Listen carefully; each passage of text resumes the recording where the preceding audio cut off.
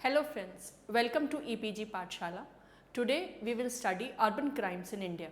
I am Dr. Upma Gautam and I teach criminal law at University School of Law and Legal Studies, Guru Gobind Singh Indraprastha University, Delhi.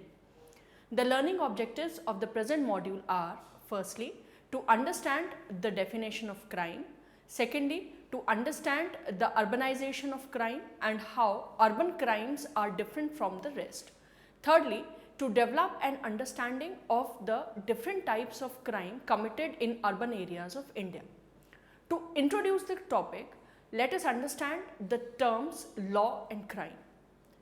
The term law in effect refers to a consequence of cause and effects. It signifies a body of rules to guide human conduct in a given society, and the person who acts in a manner contrary to those norms commits a wrong. The term wrong can be further classified into moral wrong and legal wrong. The difference between both lies in the very fact that moral wrongs are not punished by the state and are condemned by social disapproval. A moral wrong gains the stature of an offence only when such act is prohibited by a legally prescribed code, and when such act is so prohibited by the state it becomes an offence. Further, the term offence is wide concept which includes civil as well as criminal offences. Therefore, all the acts contrary to law, though categorized as legal offences, are not necessarily crimes. So, now the question arises that which offences are crime?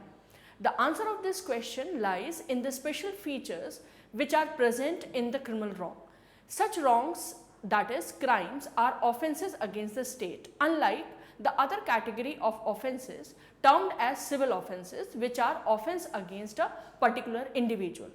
Therefore, a criminal wrong, being the wrong against the state, is investigated, tried and punished by the state agencies. Let us now understand crime. Crime, the term, though cannot be defined precisely and exhaustively, has been known through all the ages and civilization. The various definitions of crime given by jurists reflect the penal policy adopted by the state for social control. The acts declared as criminal are not only acts forbidden by law, but also should be revolting to the moral sentiments of the society. Moral sentiment, being the flexible term, doesn't allow the crime to be a static concept, and therefore it changes with the change of the society. The concept of crime changes from time to time in the same country and within a country, or from a country to country at the same time, because it is conditioned by moral values approved of by a particular society at a particular time in a particular country. Sociologists perceive crime as a social phenomenon and understand criminal law in a sense of instrument that protects the social interest. Thus, what acts are declared as a crime in a society depends upon the kinds and number of social interests which are ought to be protected by such declaration. In the words of Roscoe Pound, these interests can be categorized as: number 1, interest in general, which includes interest in general safety, general health, peace and public order, security of transaction, etc. Secondly, interest in security of social institution, which includes interest in domestic institution, religious institution and political institution. Number 3, interest in the general morals, which includes all social demand to be secured against acts or conduct offensive to oral sentiments of individuals at a given time. Interest in conservation of social resources, which includes the idea that goods of existence shall not be wasted, which warrants that dependents, defectives and delinquents are to be trained, protected and reformed. Interest in general progress, which includes interest in economic, political and cultural progress. Interest in individual life. Let us now elaborate on the urbanization of crime. Social changes affect the concept of crime in many ways, which can be through development in science, technology, through changes in dominant moral and social philosophy through changes in the structure of society, especially in its transition from the rural self-contained and relatively sparsely populated to highly urbanized industrialized pattern. Criminal offences dealing with the protection of and liberty have essentially remained unchanged, but offences against property have undergone more profound changes, mainly as a result of transformation of a primitive agricultural society into a commercial or industrial one. The original crime of theft as understood in rural and less developed setup have transformed into embezzlement and fraudulent conversion so as to protect the owners of commercial property against those entrusted with its handling. The growth of commercial and financial transactions has made the offence of fraud increasingly important in an urban setup which is a modern commercial society. The offence of theft, which predominantly penalizes the lower classes of society for interference with the property of others, has transformed into white collar crime in an urbanized society. Even the concept of property has widened, which now not includes the tangible things, but also assets like electricity, shareholder claims, copyrights, patents, intellectual property and the like. A brief background on understanding of criminal law in India is essential here. The criminal laws regulating penal liability can be broadly categorized into two categories. Number one, substantive criminal law, which includes Indian Penal Code 1860 and other special acts dealing with specific crimes such as the Prevention of Corruption Act 1988, Sati Prevention Act 1987, Arms Act 1959, etc. Procedural criminal law. This is the second category. This branch of law includes Code of Criminal Procedure 1973 and the Indian Evidence Act 1872. Code of Criminal Procedure classifies the offences given into cognizable offence, which means the offences as defined under section 2 subsection C of CRPC are the offences in which police officer can start the investigation without the permission of the magistrate and has the power to arrest the person without warrant. The information regarding the commission of these offences is recorded by the police officer under section 154 of CRPC, which commonly is known as FIR. Non-cognizable offences. Now, these offences are the offences which are defined in section 2L of CRPC. The police officer can't start investigation regarding these offences without the permission of the magistrate. The information is recorded regarding these offences under section 155 of CRPC, that is to say, in these offences FIR is never recorded.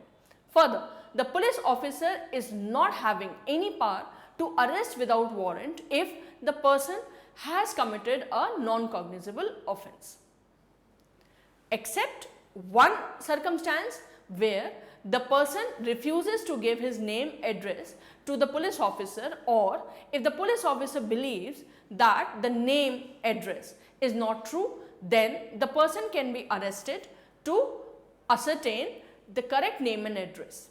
Let us now understand what are metropolitan cities of India. Now, the term metropolitan city here refers to city having population of 10 lakh, that is 1 million or more. The number of such cities has increased from 35 in the year 2001 to 53 in the year 2011. The population of these 53 mega cities constitutes nearly 13.3% of the country's total population. The forthcoming analysis of urban crime pattern in the country does not refer to the total urban places in the country, but restricts to only 53 mega cities having an urban population of only 1,607.24 lakh as per the population census 2011. Different types of crimes are reported both in urban areas as well as in rural areas. It has to be borne in mind that no crime is categorized as occurring exclusively in urban areas. An acceptable definition of urban crime can be the different type of crimes which have been committed in urban areas. Urban areas are defined as all places with municipality corporation, cantonment board or notified town area committee. All other places satisfying the following criteria. Number 1, a minimum population of 5,000. Number 2, at least 75% of the adult male working population is engaged in non-agriculture pursuits. Number 3, a density of population of at least 400 persons per square kilometer. But it is important to note that while types of crime may be similar, it is those occurring in urban areas whose specification and ramifications are different from those reported from the rural areas. As per section 8(1) of CRPC, the state governments have the power to declare by notification any area or the state comprising a city or a town whose population exceeds 1 million, that is 10 lakh, as a metropolitan area. Wide section 20 subsection 5 of CRPC, the state government can confer under any law for the time being in force on a commissioner of police all or any power of an executive magistrate in relation to a metropolitan area. Let us now discuss the causes of crimes in urban areas.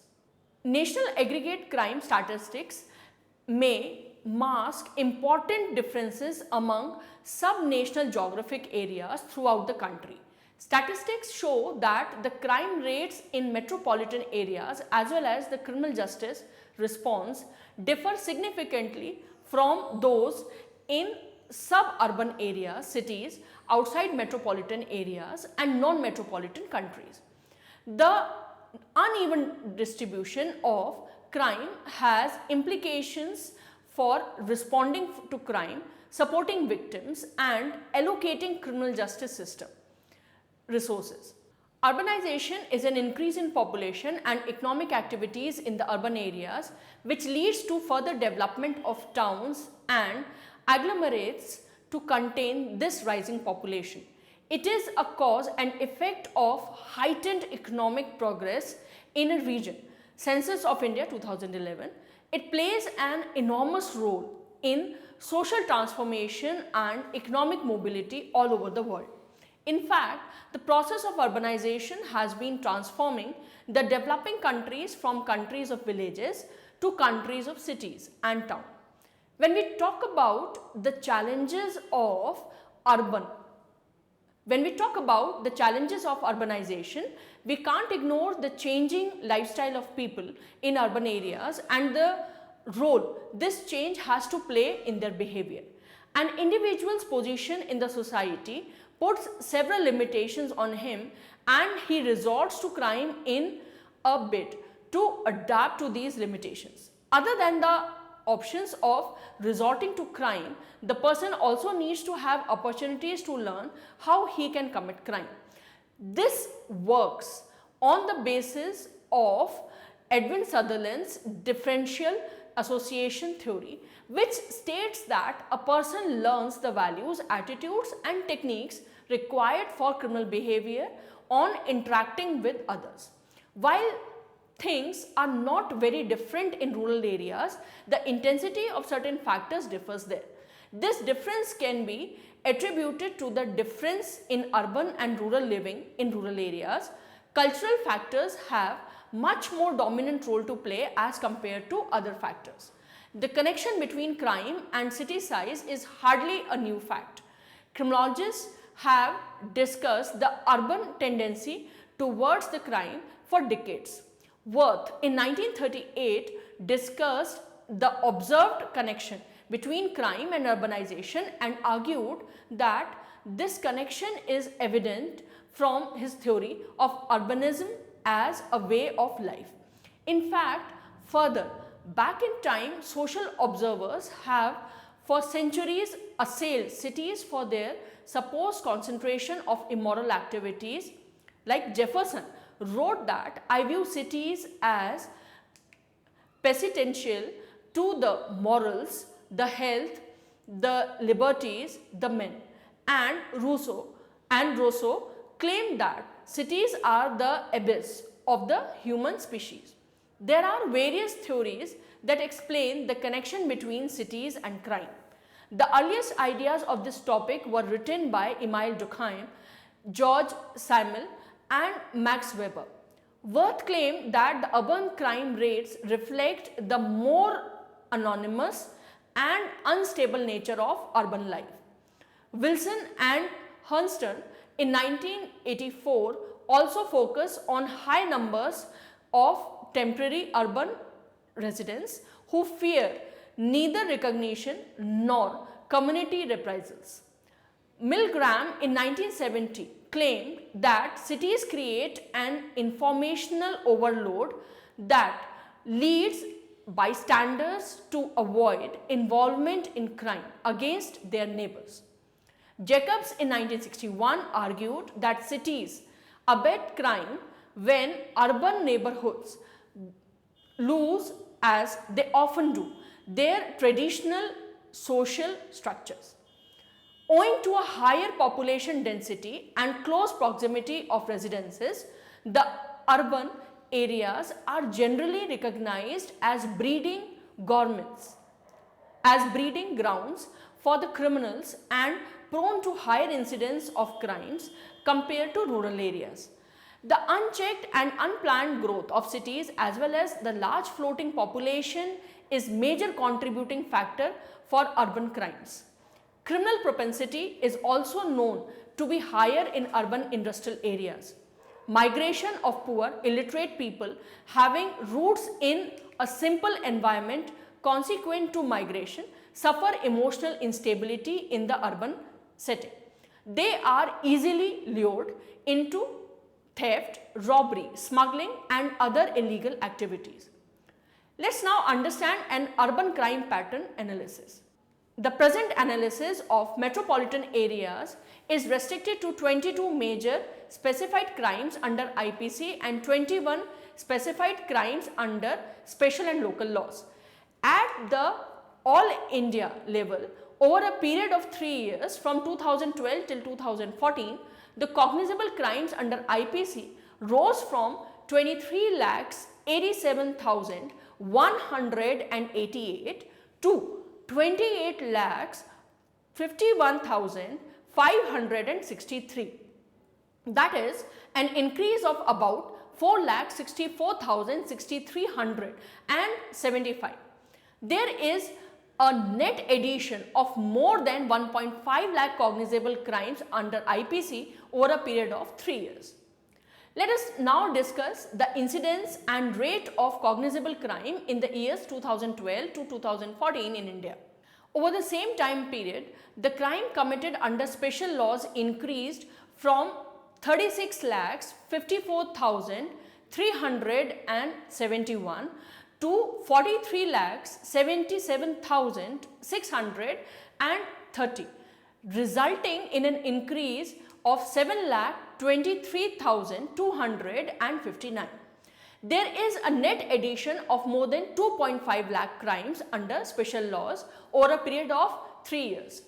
A total of 18,43,862 cognizable crimes consisting of 6,16,639 cases under IPC and 12,27,223 under special laws were reported in 53 metropolitan cities during 2014. The proportion of these crimes to the total crimes of the national level was 25.50% against the population share of about 18%. The crime rate in metropolitan cities for cognizable crimes under IPC in the year 2014 was 383.7 per lakh or population as against the national average of 229.2. The crime rate in metropolitan cities for cognizable crimes under special laws in the year 2014 was 763.6 as against the national average of 351.9. The total cognizable crime committed under IPC in the year 2014 in 53 metropolitan areas were 6,16,639. Out of these, Delhi takes the largest share by contributing 1,39,707 cases. The other cities with large number of cognizable crimes committed under IPC are Mumbai, Bangalore, Kolkata and Jaipur. But Delhi leads the pack by a large margin. Delhi is a national capital of the country, but it is not for nothing that Delhi is always referred as crime capital of the country too.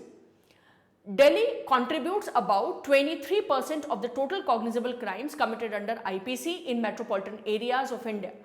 The second ranking of metropolitan city in contributing to the total number of cognizable crimes under IPC is Mumbai.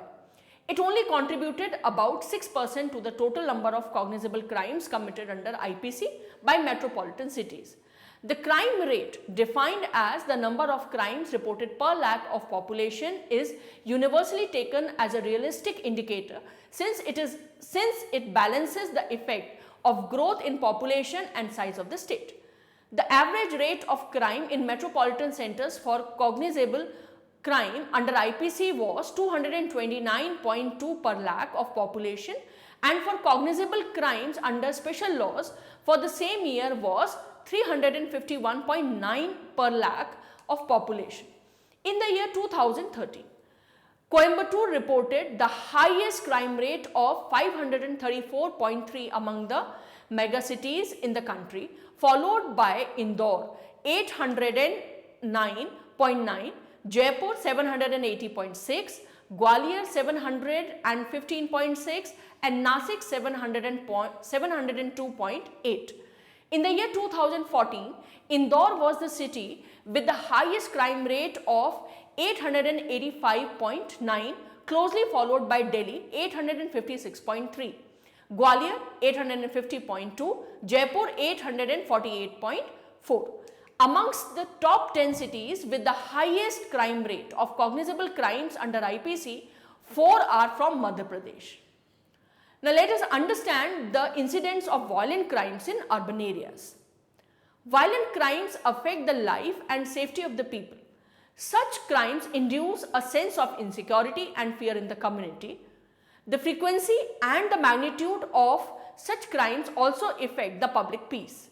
The following IPC crimes reported to the police authorities have been grouped as violent crimes for the purpose of crime analysis in the chapter. Number 1, violent crimes affecting life, that is murder, attempt to commit murder, culpable homicide not amounting to murder, dowry death, kidnapping and abduction. Violent crimes affecting property, they include dacoity, preparation and assembly to commit dacoity and robbery. The third category, that is violent crimes affecting public safety, it includes riots and arson. And lastly, violent crimes against women, and that includes rape. A total of 25,579 violent crimes affecting life were committed in the metropolitan cities of the country. The all India figure for the same crime was 1,60,699. About 16% of the total violent crimes affecting life in the country were committed in the metropolitan cities. Delhi again leads other metropolitan cities in the incidence of murder. A total of 472 murders were reported in Delhi in the year 2014. About 13.34% of the total murders committed in the metropolitan cities were committed in Delhi.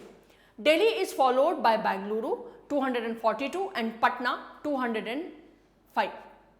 A total of 15,787 cases of kidnapping and abductions were registered in metropolitan cities of India.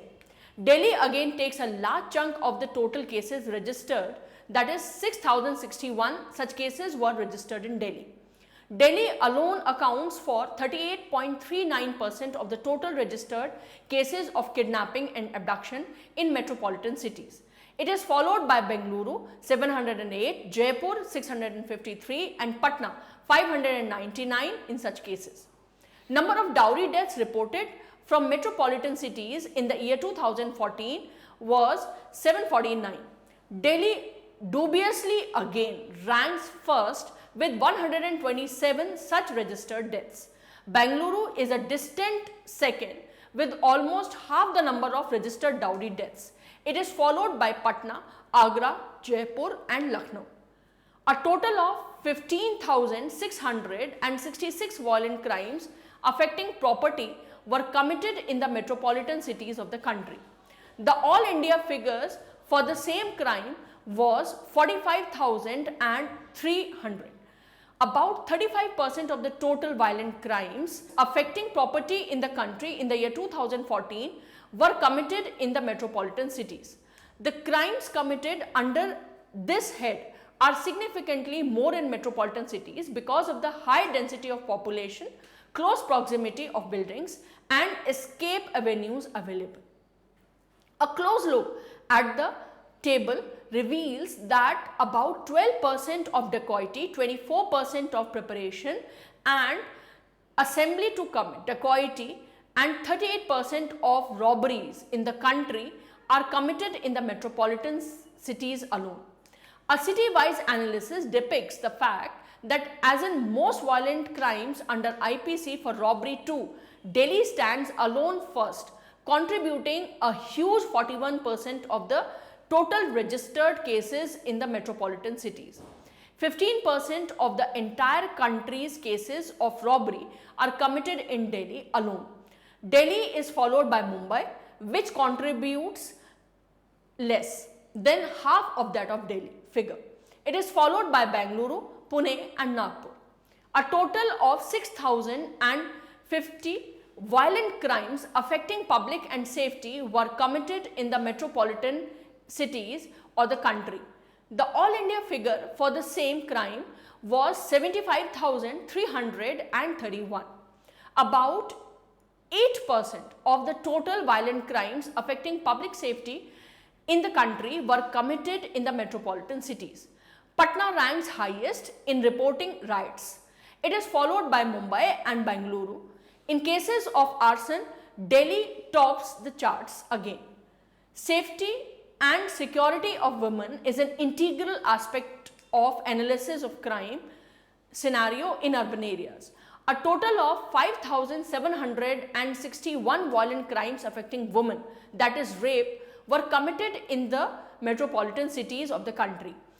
The all India figure for the same crime was 36,538. About 16% of the total violent crimes affecting women in the country were committed in the metropolitan cities. Delhi is often described as the rape capital of the country. Among 53 cities, Delhi city has reported the highest incidence of sexual crimes, accounting for 29.4%, 25.8% and 23.9% of total cases reported under crime heads rape, assault on women with intent to outrage her modesty and insult to the modesty of women respectively during the year 2013. In the year 2014, Delhi contributed 31.47%, 26.67% and 25.4% of total cases reported under the crime heads, that is rape, assault on women with intent to outrage the modesty and insult to the modesty of women respectively. Now, coming to the crimes under special and local laws, 53 cities have reported 12,27,223 cases registered as crimes under special and local laws during the year 2014 as compared to 12,03,514 cases in the year 2013.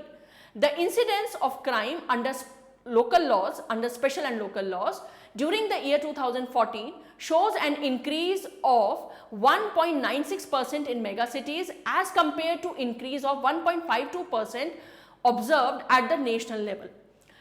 Chennai contributed the highest proportion of the cognizable crime almost 12% under special and local laws category. It was followed by Agra in the year 2014. Among 53 megacities, 72% of cases under Narcotic Drugs and Psychotropic Substance Act were reported in Mumbai, 37.37% of cases under Prohibition Act were reported in Surat, 28.84% of cases under explosive and explosive substances were reported in Allahabad, 11.77% of cases under Arms Act were reported from Ghaziabad. Further, for the cognizable crime under special and local laws category, the crime rate in mega cities, that is 763.6 of the national average, that is 351.9. The highest crime rate of special and local laws crimes during the year 2014 was reported from Raipur, that is 11,457.7, followed by Agra, that is 7,953.2. Concluding this session, I would submit that crime is primarily the outcome of multiple adverse social, economic, cultural and family conditions. To prevent crime, it is important to have an understanding of its roots. Social root causes of crimes are inequality, not sharing power, lack of support to families and neighborhoods, real or perceived inaccessibility to services, lack of leadership in communities, low value placed on children and individual well-being, the overexposure to television as a means of recreation. One of the significant causes is unemployment also, because people do not have a stable job which helps them to pay everything in their lives, such as foods, clothes, so they cannot improve their lives. As a result, although something is unlawful, they must do to have the money. Crime can be closely linked to the conditions for children in our community. There is a strong link between reducing risk and building resilience in the children and decreasing crime. Problems arise when the larger social, political and economic systems within which children live jeopardize the family's resources and create stress on the family unit. As a result, the provision of appropriate care and required resources to all children will have great significance for their long-term physical, intellectual and emotional well-being and their development into the independent, healthy adults. Thank you.